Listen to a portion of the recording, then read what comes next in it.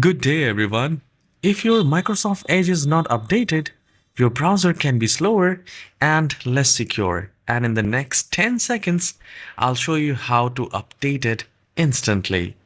As of April 2026, the latest Microsoft Edge version is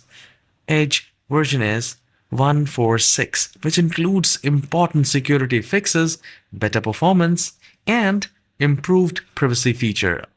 So I'll just open the Microsoft Edge.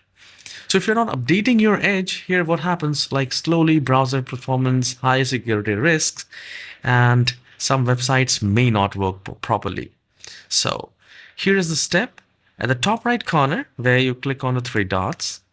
And then we need to go to this help and feedback. And then we will simply hover the cursor under about Microsoft Edge.